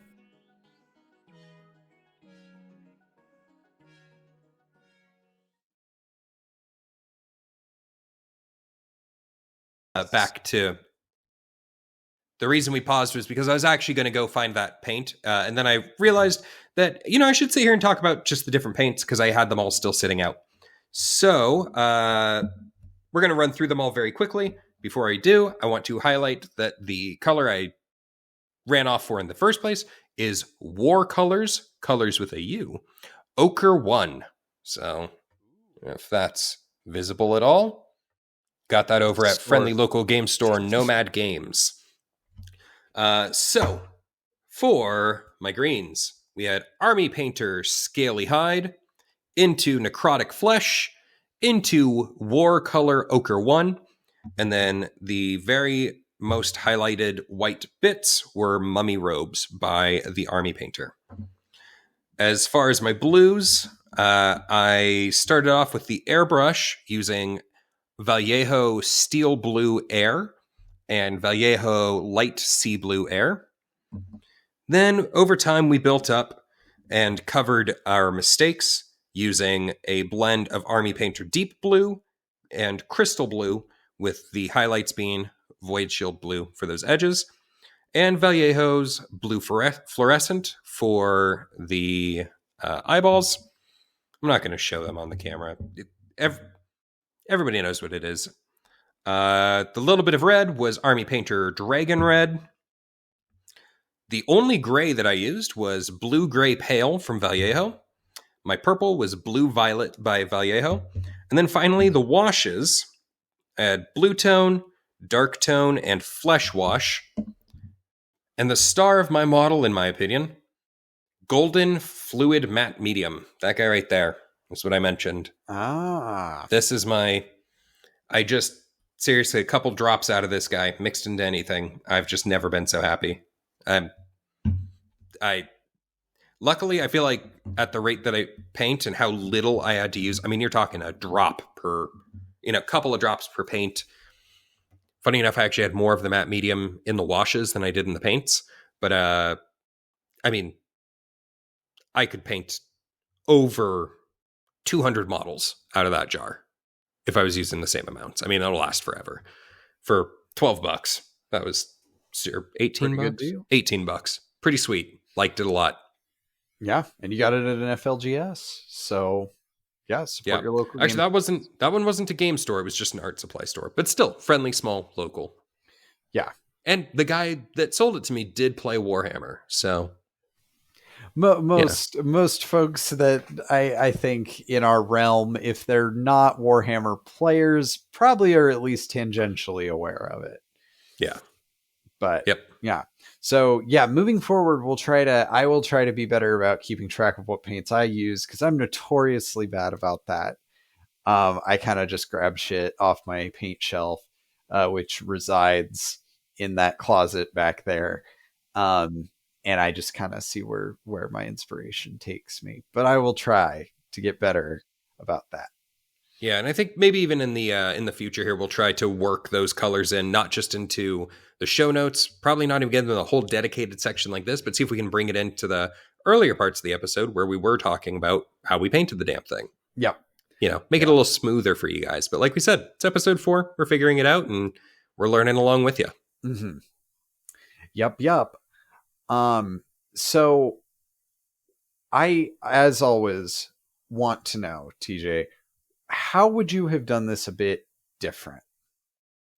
I would have gone even more sub-assemblied. Really? Okay. Realistically, having the head on the body when I started painting, I thought that was going to be better for hiding the seam. I did not hide the seam enough to make up for how much that stunk to try to work around. Yeah, I would have sub-assembled a little harder, especially, really, if honestly, that would be my one big change, is just having that head be separated when I was going for my paint to begin with. Otherwise, just having a better control of what I was doing with the skin tones, just not being terribly familiar with how to do that. I would have just paid a little more attention to the consistency of my paint and done a little bit better planning overall. But ultimately, I don't think there's a ton that I'd have changed in this guy. There are pieces that I could have done better. Actually, you know what? There we go. That's what I would have done different. It's not even a technique thing. It's not even a choosing different colors thing. Though I think perhaps I could have chosen some different colors for the scabbard, for example. I did not give myself enough time. Yeah, that's always a big deal. I did not give myself enough time. I knew we needed to record this. We planned on it. And even when I was talking to you, it's like, yeah, I've already plotted out everything I'm going to do. Shouldn't take me more than a couple hours, blah, blah. It took me 9 hours or something. A ton of time. And I always do that with painting. I always undersell how long and how challenging it's going to be. And so ultimately, by putting myself in crunch, trying to get something ready, whether, it's for a Warhammer tournament or for the show or anything, it's not that I didn't have fun. I still had a blast. But what I did end up doing is I've made a little allusion to it earlier. I've got some arthritis that makes it difficult to paint for long sessions. And I had to paint for long sessions. And so I got worse as I went on. Yeah. It's the same thing that happened to me with my Sagittaire. It got worse as I kept going. Yeah. And that's a hard lesson to learn that I'm going to keep learning for a long time, I think. Yeah. That I just need to plan more time into a model instead of trying to make it a one-day project. Because this guy should have been a 2 or 3 day project. I made it a one-day project, and my hand still hurts a little bit. That's not what you want. No, not what you want. I had that when I got my Ultramarines. I put them together for a big tournament here in my hometown, and yeah, that wasn't fun. How much my hands hurt from all the assembling, painting, all that stuff afterwards. It's trust me, it's a lot nicer to just have the models where they are when they are and not rush yourself. Because yeah, even if you don't have arthritis, you're going to get worse if you paint for too long outside of your kind of comfort zone. Your hands are going to hurt eventually. That's just the nature of doing a bunch of small, intricate details. I'm sure there are painters among us that have been doing this hobby for 15 years and have either built up the stamina to do it for extremely long periods of time, or their stamina has maybe decreased as they've gotten older. Both of those things make sense, but you kind of just have to eyeball it and know your own limits. Yeah. Well, and I think that's been something weird for me to learn is, I don't think of this as a physical activity because, it's not compared to like rock climbing, right? But it doesn't mean that your body doesn't still have its limits from like, hey, you've been sitting in a, very particular position for a long time, or your elbow's resting on a table or not resting on a table, or your wrist or whatever it is. There really is a pay attention to your body element to painting that indeed. When I was just kind of slap chopping everything, wasn't an issue. Yep. And I think that's why I know I've met some people that are not super high on slap chop. I think for army painting, it's like God's gift, man. Like it makes it like reasonable for people to do that because it's a process doing army painting. And if I was doing all the steps I did on Link to a whole army of other Links, I would be sitting down for a long time. Which I know there are people that like to do that for whole armies. For me, when I'm painting armies for wargaming, they are 1 part art project, 1 part game piece. So I need to be able to do them quicker versus Link here he is not a game piece. He is an art project first and foremost. I'm curious about how much time do you think you spent with Link? How much time do I think I spent with him? I got him done in about 2.5 days. 2.5 days? Yeah. And what do your paint sessions look like? My paint sessions, when I'm doing army painting, I paint a lot in sub-assemblies. When I'm doing like what I've kind of done for the podcast, I'd say the most time I've spent with a miniature was our Space Marine so far. Link, I think it was because I kept my color palette very limited. I used the airbrush for the tunic. I didn't go crazy with his leather straps. I used the good old contrast over metallic trick for both his shield and his scabbard and the hilt of the Master Sword. I did a lot of tricksy stuff that I think let me get through this really quickly with a good looking model that I'm proud to have on my shelf. I didn't go full, I'm going to glaze, I'm going to edge highlight, I'm going to, I could have gone deeper, but I didn't. Yeah. And I think that was something that if I could have, I would have liked to go deeper on this model because I think I could have really made him shine. Yeah, I feel like I went deep, but like I said, I did it all in one day, so my going deep wasn't at the highest quality it could have been. And there's only so deep you can go in one day. Mm-hmm. It's just the fact. So yeah, like I said, there were places where I edge highlighted. I didn't want to edge highlight the whole model. I just wanted to do it in like chosen places, and I think it came out well for the most part. But I think about, again, I kind of keep coming back to the skin. I really could have done a better job there. There are places in the tunic again where when it was sculpted a little bit thinner, and a little bit more difficult to paint. If I had more time, a little more patience, and again, my hand wasn't hurting so bad by the time I was there, I could have made those cleaner lines. But I was painting as hard as I could. Right. It's just there was diminishing. Yeah, there was just diminishing returns. Yeah, and that's just I think kind of how it goes in one day painting sessions. I don't think you can beat yourself up for that. Nope.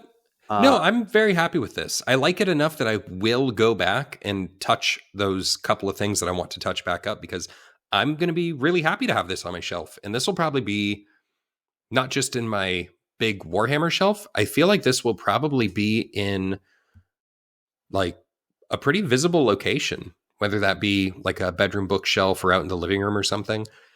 This will be somewhere where I would like people to see it.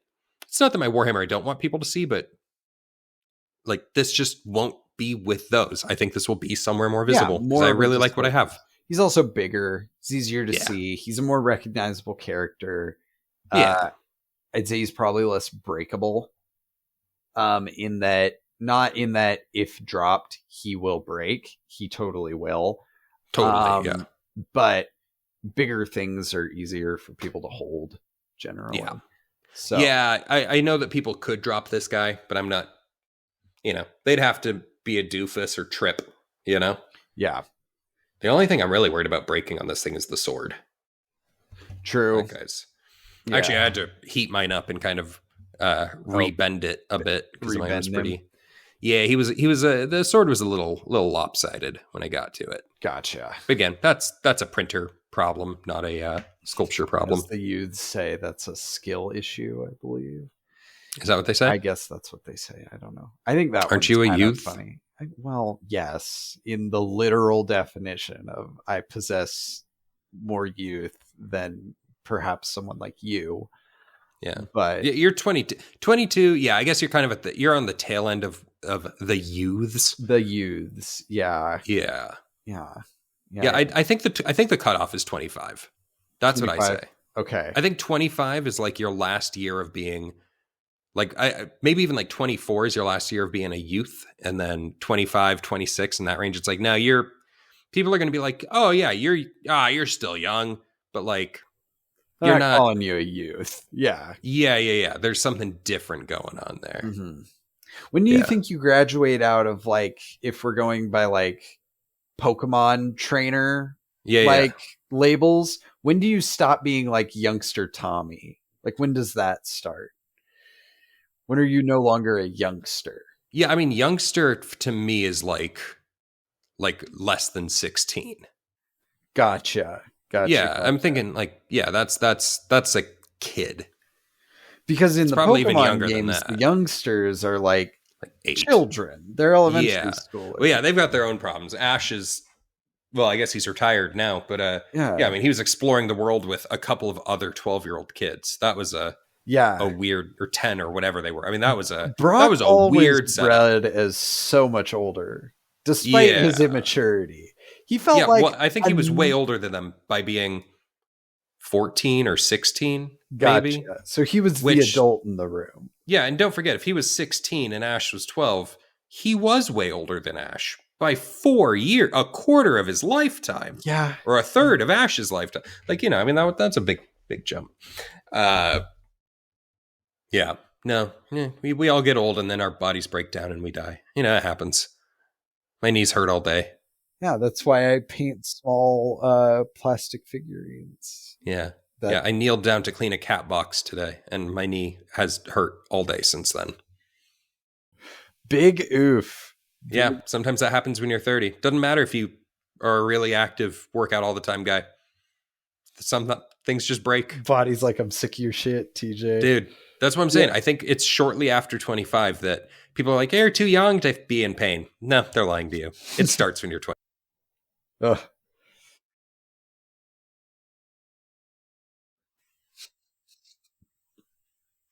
Well, I'll make I gotta make these years count. Yeah, man. Sitting around and painting small plastic figurines. Well, yeah, you're making it count because you can paint for 6 hours instead of 3. Yeah, that's true. Yeah. Yep. All right, Canon. Yes, sir. We talked a little bit about doing stuff differently. Yes. What was your single favorite element of this model to paint? I'm going to give you a lazy answer. The gold. You like doing that kind of gold effect? Look, man, when I found that technique of just like contrast yellow, those kind of dirtier yellows, over metallic, I was sold. I was just like, I don't want to deal with, because the only gold I've ever found that I've liked is Retributor armor from Citadel. And I'm currently out of it.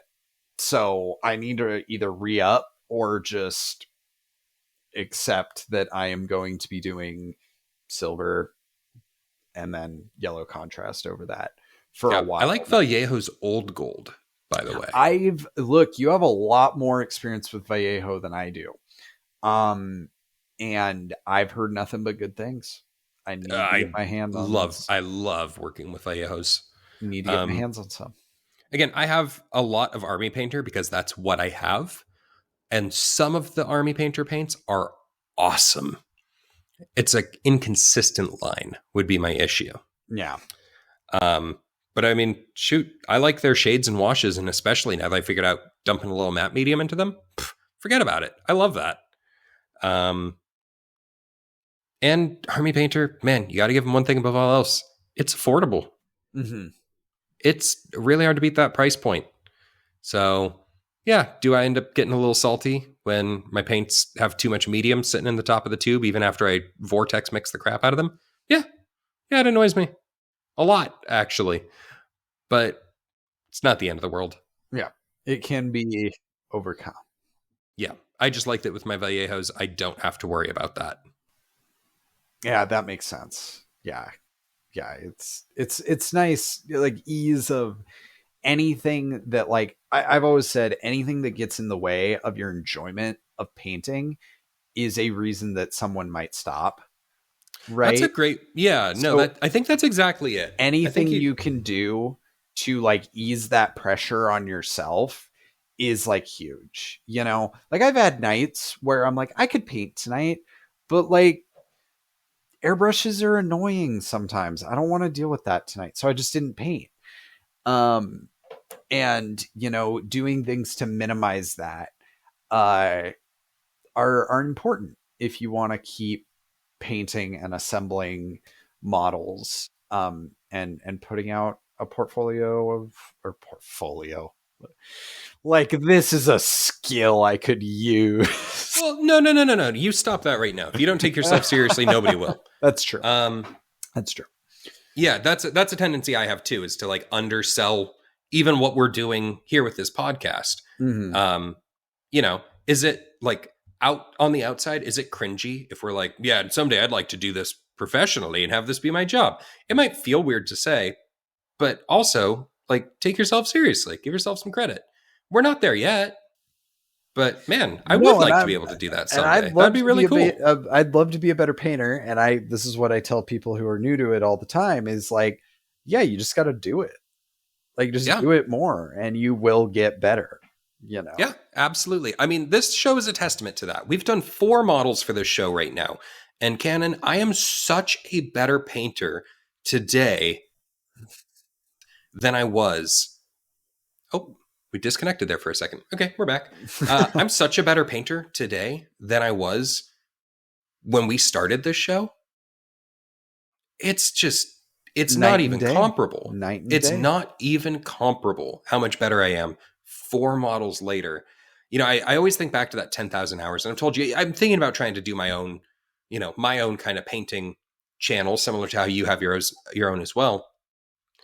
But with mine, I really want to play with that idea of 10,000 hours, 10,000 real hours of working at painting being my goal. Yeah. Like, I like that. And I'm getting closer with this show than I was on my own, for sure. Yeah. And we don't think about that as the hosts of the show because we're hosting a show, right? And that gives us like, we have a show that we're painting stuff for. But even in your own life, when you're painting stuff, it's important to do it because you want to do it. And like, and if you are really passionate about improving your skill, realizing that like anything, you have to just do it. You just have to sit down and do it. Yeah, I think that's a great, just a great place to come at it from. And thank you. 'Cause I have a tendency to self-deprecate. We all do. It's a totally natural thing. And I have to stop myself from it all the time too. But it's easier for me to point out to somebody that I care about and say, hey, don't do it, than it is for me to give myself that same leeway, because humans are broken and that's what we do. But yeah, anyways, we sidestepped there. While we're talking to other people, Right? Like while we're telling each other to kind of chin up and not be so hard on ourselves, who would we recommend this model to, TJ? Dude, anyone with access to a 3D printer. This was so fun. Yeah, this was really good. I had a lot of fun. If you have a 3D printer or know somebody who has a 3D printer, or I think even on sites like Colts, if you find the model, you can hire somebody to print it for you and get it sent out. 3D printed models have their own challenges that are going to be different from your plastic miniature kits from Citadel or from, Marvel Crisis or whatever it is. They have their own challenges associated with them. That does not mean it is not worth doing. It means you should be aware that it exists. Mm-hmm. This model has its challenges. I would not say, despite the fact that it appears to be a very simple model, it is actually a rather challenging model to paint well. So I probably wouldn't give this to little Timmy as his first paint project. But if you find yourself looking for a model to help elevate your skills, I think there are lots of places here to try techniques you haven't tried before and push techniques that you already use to their limits.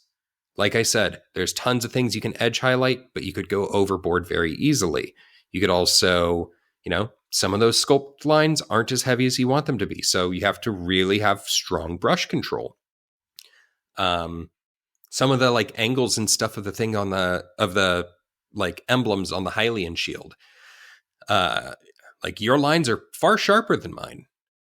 There's places to work on that kind of stuff. Tons of places to work on your leather effects, your non-metallic metals, your volumetric highlighting. There's so much to work with here. This is a killer model. Really, really good. Yeah. And I think it goes without saying, if you're a Zelda fan, pick it up. If you're a Zelda fan, this is great. There's a few inaccuracies on this model versus the actual Breath of the Wild like character sprite. Not sprite, whatever it's called. It's a model. I was looking a little bit once this was done. And actually, I think kind of when I was at the end of working on my guy, there are little details like the inside bracer, like the kind of wrap inside of the bracer, or even up on the collar of the shirt. There's supposed to be little patterns and stuff that aren't represented in here. You could freehand them. I think that would be, especially when you talk about how small those details are, is kind of a lot to ask. Like just, again, tiny little inaccuracies that I don't see anyone who wasn't me. Nobody would ever notice unless they're coming at this thing with, I want to paint the most box art accurate version of this character as I can.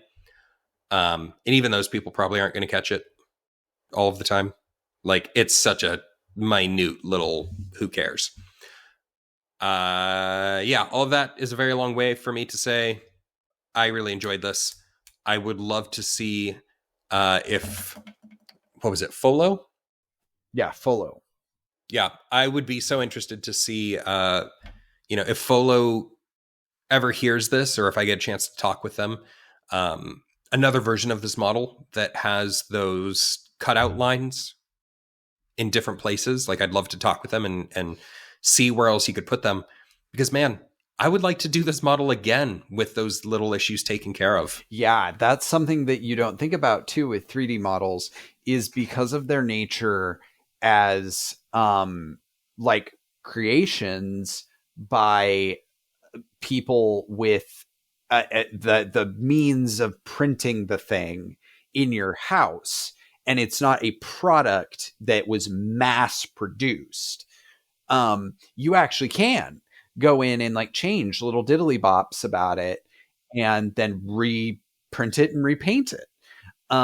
Versus, there are probably hundreds of thousands of Mark 6 Space Marine kits, and they're all the Mark 6 Space Marine kit. The kit does not change. You can kit bash and stuff, but you can't actually change like meaningfully the dimensions of the model you're getting in the kit. Yeah.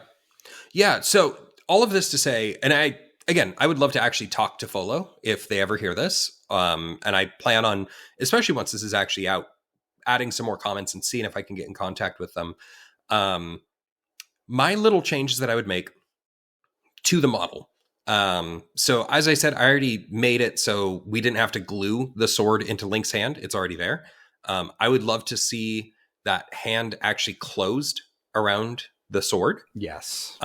With, I understand why you didn't do that. It would be very difficult to, I mean, one, it can be a little more difficult to print that with the whole arm there. I ended up pulling it off, but it gets to be a little tricky to paint. So on that same note, I would probably change how the connection point from the sleeve comes into the torso, actually on both arms, and instead have it be the arm going into the sleeve. I think you could do that there. Frankly, you could even do the same thing with the hand. If you closed the hand into the brace and had that slot inward to, again, hide where that connection takes place. And then actually, with the head, I would say that the head would be very good sculpted onto the torso and then have the hair be a separate piece. And then if I could take off the hair, paint that separate, put that on. Now I have access to all of the flesh, all of the skin, especially that back of the neck stuff that was so hard to get to. Now I've got the ability to paint all parts of this model very easily. And as we already said, what he's already got going on with the torso to legs connection, that's perfect. That's like exactly the kind of stuff I already want to see. The shield, I love how it attaches. I think you could do, you could leave that just how it is. I know Canon, unfortunately, you lost your little... Like a dork, yep. Yeah, you lost your... Well, I mean, look, I lost an entire base for a gold dragon once. That's true. But yeah, I think that whole section works just fine. Like I said, I would just simply move it so the arm slots into the arm going inward. You know what I'm trying to say. Yeah, the boots are just fine. They're perfectly reasonable to paint the boots while they're attached to the leg. Scabbard, no issues whatsoever. I think it's fine. I didn't end up using the mechanical connection part of it. I snipped that off and then just glued it on myself. Yep. Because it's one of the challenges that you have with whenever you're doing curing or anything in 3D little printing. Connection bits like that. Yeah. And especially because I use the water washable, which I think is a less stable resin than some of the alcohol-based ones. So it's a little bit more prone to growing, shrinking, that kind of stuff. Ultimately, I found that I have a less harsh reaction to those fumes than I do with the alcohol-based stuff. So that's why I use that. I started using a gas mask while I do printing, which I recommend everybody does. That's definitely the smarter way to do it. I also recommend that when you are sanding resin of any kind, please use a respirator. Yep, I did that for the first time with this model, and it made a big difference. Yes. I was not using a respirator. Don't mind me, I'm just itching my eye. I had not been using a respirator ever before. That was very stupid. And especially when I had to Dremel tool and like really work this rock down because of how much I had supported it. I mean, my clothes were covered. I ended up going outside for all of the dremeling I was doing. I mean, I took off significant mass. And actually, that was my one other thing. This base is actually, at design, one huge solid like brick. I went through and I did the editing just like I did with the sword to make it one piece. I actually hollowed out this inside. Otherwise, it was so much more mass. And frankly, I didn't want it. So you don't need it. It's expensive resin. I think as far as like my fears of something falling over, the model itself is heavy enough. I wasn't too worried. But if something gets underneath it to make it uneven, that would be a little more troublesome. So with this cup style, now there's less risk of that. Yes. Yeah, I am not worried about this model tipping over. No. Yeah, you could not tip this over without really, really trying to. And I pinned my link, so he's on there. Yeah. Yeah. But yeah, Follow, awesome. Such a good job. Yeah. I loved this thing. All of those things I was saying are just how you take your awesome model to be even more awesome. But Folo, I liked your model a hell of a lot more than I liked WizKids models. Heyo, we're back. Throwing more punches at WizKids. I'm never gonna stop punching that dragon. Look, yes. The dragon had its place. We need to do another one. We need to do another WizKids model at some point. I don't know if it'll be better. That's the part I'm kind of worried about. Yeah, it's hard to spend money on more WizKids models after that experience. Yeah. I definitely at some point, I want to try their multi-part kits because I know they have multi-part kits now. Sure. I'd be more interested in that. Also, again, the WizKids model was awesome for like teach a kid to paint on this model. Yes. It's the opposite of this model. It's the opposite of Link. I would not give this model to a child trying to learn how to paint for the first time. I would give this to somebody who has already done some painting and wants to stretch themselves and find the complexities in something that looks simple, but really isn't. The gold dragon looks complex and is actually not at all. Yeah, I would agree with that. I would say I used a lot more. I needed a lot less brush control. I used a lot more kind of, I don't want to say turn your brain off, but like very easy to implement techniques on that gold dragon than I did on Link. The only thing I dry brushed on Link was his base. Yeah, same. That's the only place I dry brushed. And that's because dry brushing is such a good way to just quickly handle rock. Yeah. And frankly, I don't want people to look at the rock. No, yeah, that's not what I if I wanted you to look at the rock, I would have painted the rock all nice, but yeah, if I wanted you to look at the rock, I wouldn't have put Link on top of it. Yeah. Okay, so I think we already said kind of who we'd recommend this to. At least I said who I'd recommend it to. Yes. Yeah, I would recommend it to, I think my only, and I think I already said it, was, if you're a Legend of Zelda fan, I think this is a cool little piece to have on your shelf. Absolutely. So, I think that's it. Yeah. You got anything else? I think this was a really fun experience. I recommend it to people. If you don't have a friend with a 3D printer, or you don't have a 3D printer, as TJ said, see if someone on Colts could print it out for you. It's a really cool model that really, I think, shows off the dedication of the 3D modeling. Yeah. Community. Oh my God. No joke. I mean, this thing is so rad and it's free. Yeah. You got to show, we got to do a hobby update. We got to do a hobby update with your dragon at some point, because that thing is ridiculous. Oh yeah. The big crazy ass dragon that I'm working on. Dragon. Yeah. Yeah. I'll definitely show that off. That's silly. But just briefly, I don't know if this was hit well enough. Guys, the Folo put this out for free. They're not charging money for it. I paid for the resin to print these things.